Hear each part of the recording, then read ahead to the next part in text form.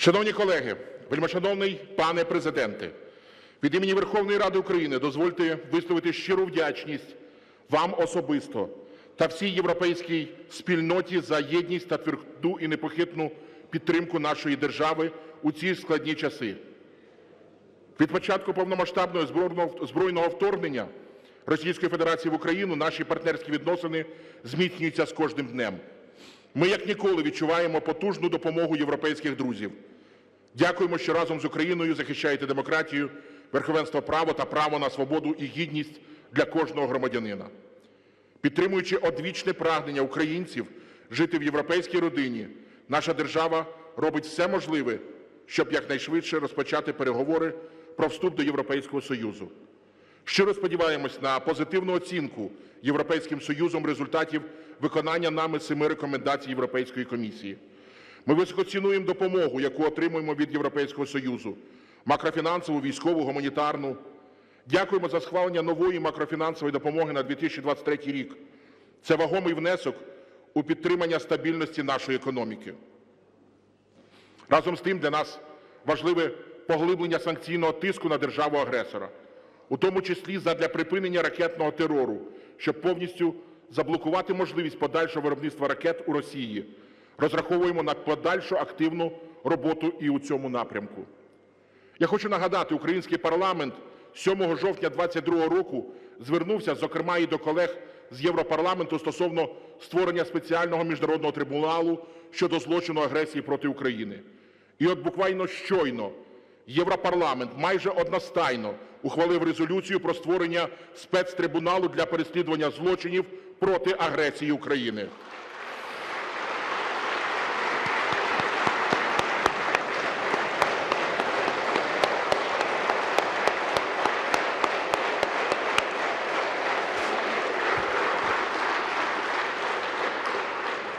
Це перший, але, мабуть, найважливіший крок до засудження і справедливого персоніфікованого покарання терористичного режиму Путіна.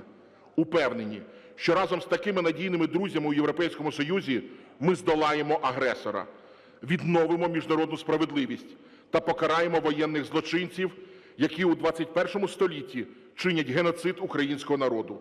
І сьогодні, попри загрозу повітряних атак і реальну небезпеку, наші віддані друзі з нами. Вчора, пане президенте, я з величезним інтересом слухав ваш виступ у Європарламенті.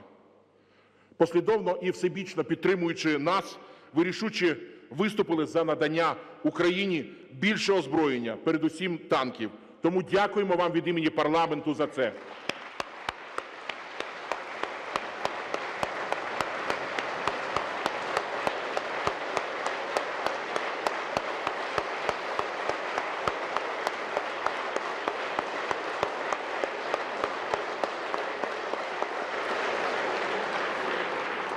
Це відповідальна і лідерська позиція. Вірю, що до неї прислухаються і інші світові та європейські лідери. Шановні народні депутати України, до слова запрошується справжній друг України, президент Європейської Ради Шарль Мішель. Прошу привітати.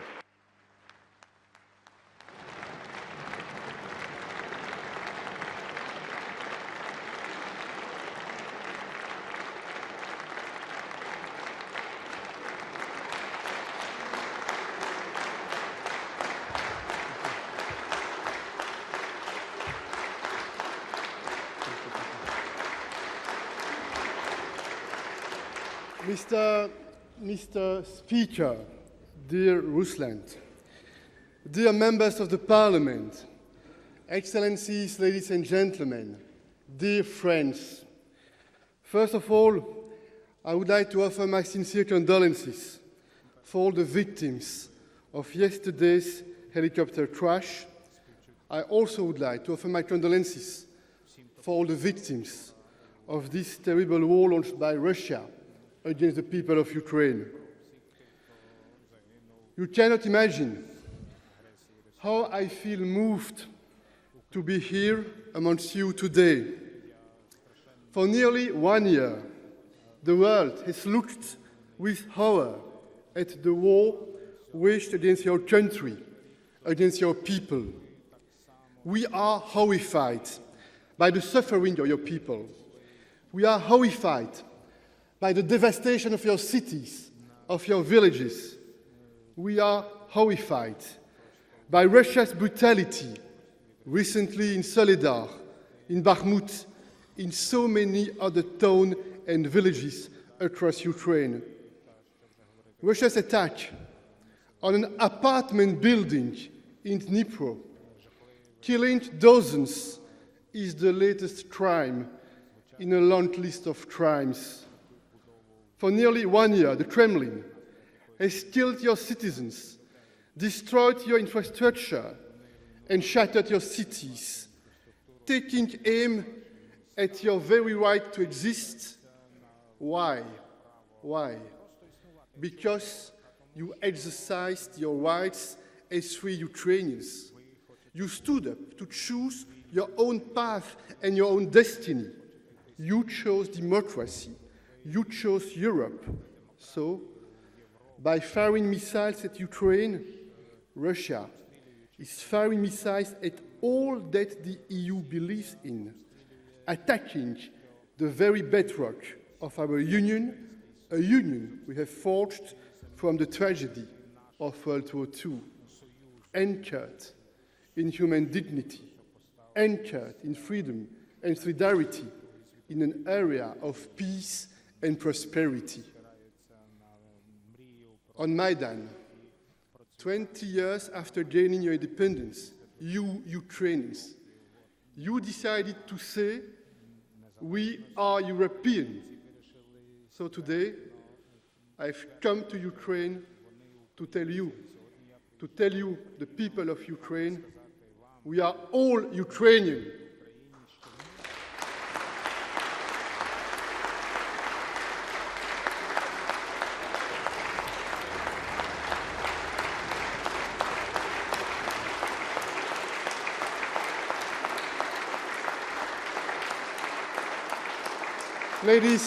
Ladies and gentlemen, since day one of Russia's attack, Europeans have understood that this is more. This is more than an attack on Ukraine.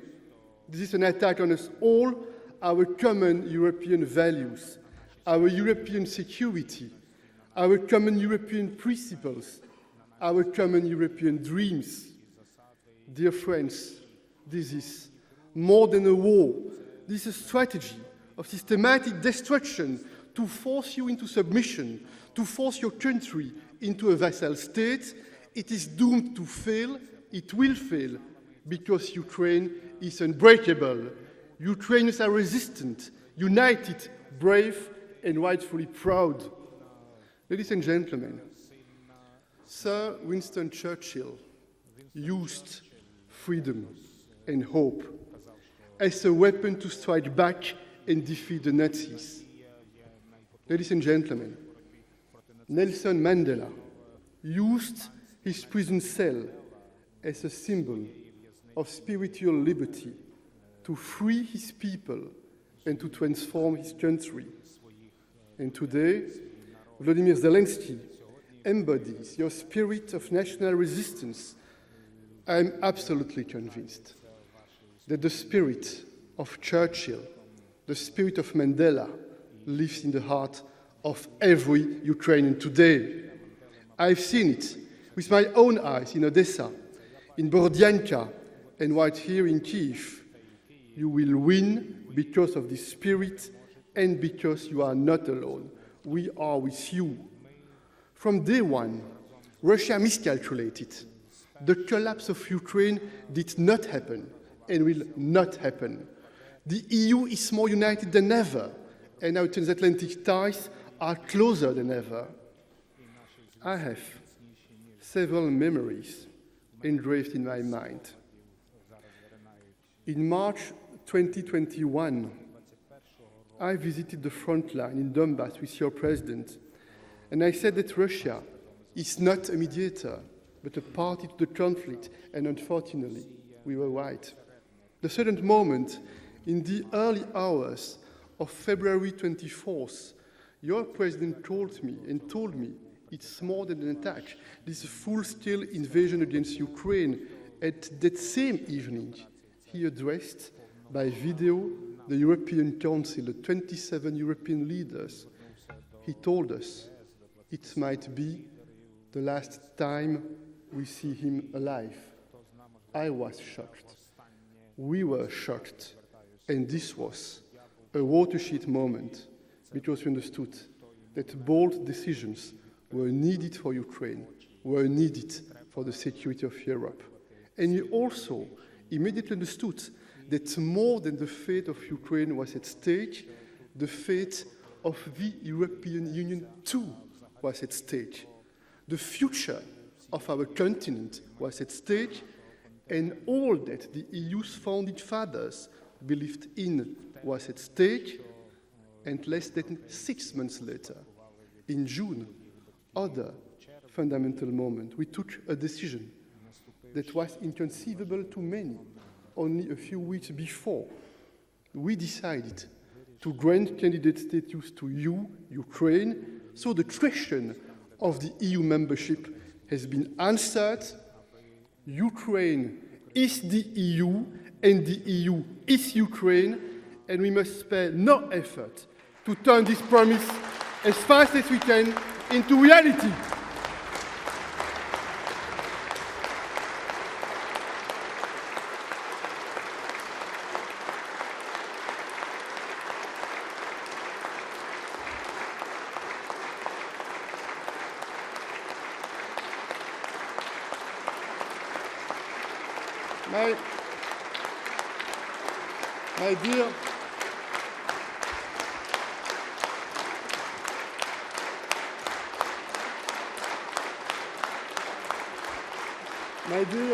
My dear speaker, my dear Ukrainian friends, let me share with you. I have one dream. I dream that one day, and I hope soon, a Ukrainian will hold my job as President of the European Council, or as President of the European Parliament, or President of the Commission.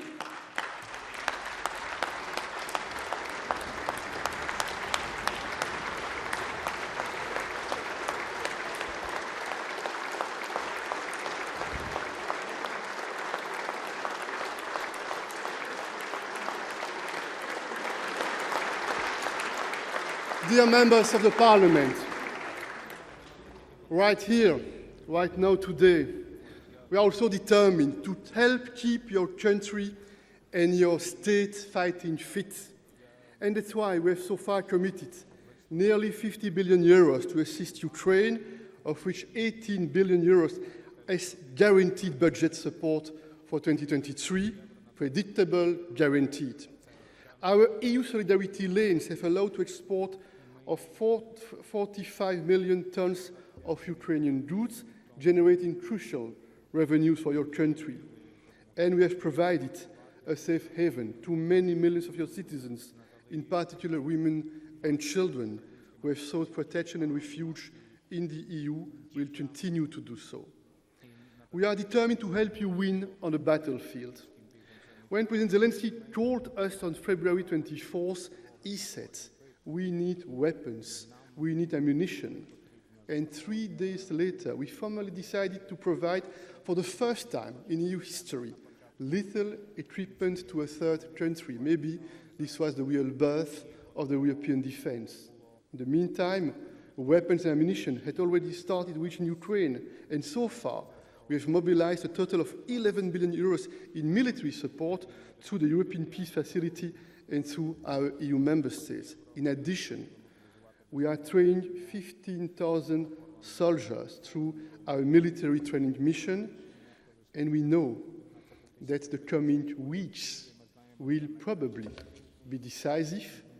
You need more air defense systems, more long-range missiles and ammunition, and most of all, you need tanks right now.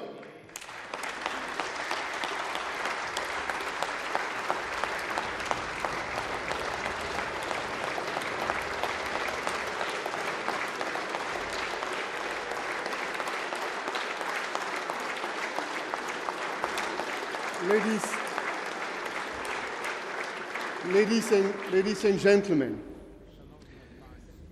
We also support you internationally, beyond Ukraine's border. And we are trying to do everything to isolate Russia. We have adopted 9 packages of hard-hitting sanctions, and this is not the end. We are also working hard to rally the broadest international support for your country in Africa, in Asia, in China, in Latin America, in every meeting with our leaders. Support for your country is the first and the main topic we raised and we are raising. Ladies and gentlemen, I am absolutely convinced, I have no doubt, Ukraine will rebuild and the damages must be compensated. We have already frozen over 300 billion euros of Russian assets. I am strongly convinced this should and this will be used for Ukraine's reconstruction.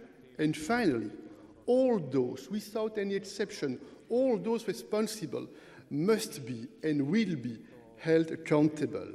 Accountable to the principles of international law, accountable to all victims. So today, to all the suffering Ukrainian women, children and men, to all those who have lost a parent, a child, a brother, a sister, to all those fighting on the battlefield, to all those supporting the war effort, to all those caring for the wounded, I say this, a day of reckoning will come, justice will be done.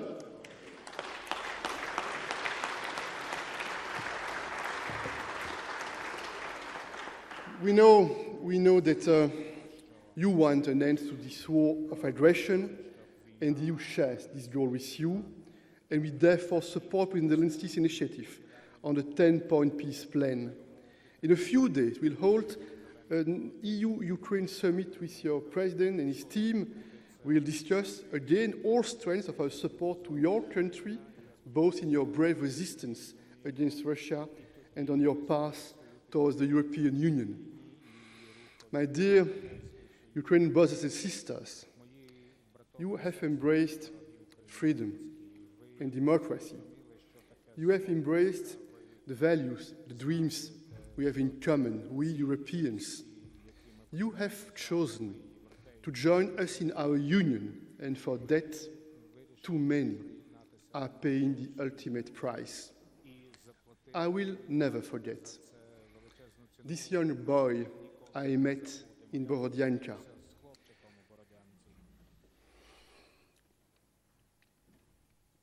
He told me the story of how Russian soldiers attacked his home and how his grandmother stood up to the Russian soldiers. He told me his feelings. He told me his hopes and his dreams for your country. A child should never have to experience this, not in Ukraine and not anywhere. Ladies and gentlemen, I have the eyes of this child in my mind today and forever. The European Union is with you today, we will be with you tomorrow, and we will be with you as long as it takes.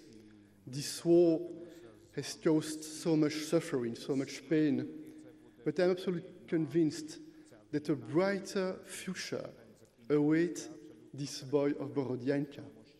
I'm absolutely convinced that a brighter future awaits you all, a future within the European Union, a future in peace, with prosperity, because there can be no independent and safe Europe without an independent and safe Ukraine. There can be no free Europe without a free Ukraine. Our future is bound together forever. Slava Ukraini, vive l'Europe, long live Europe!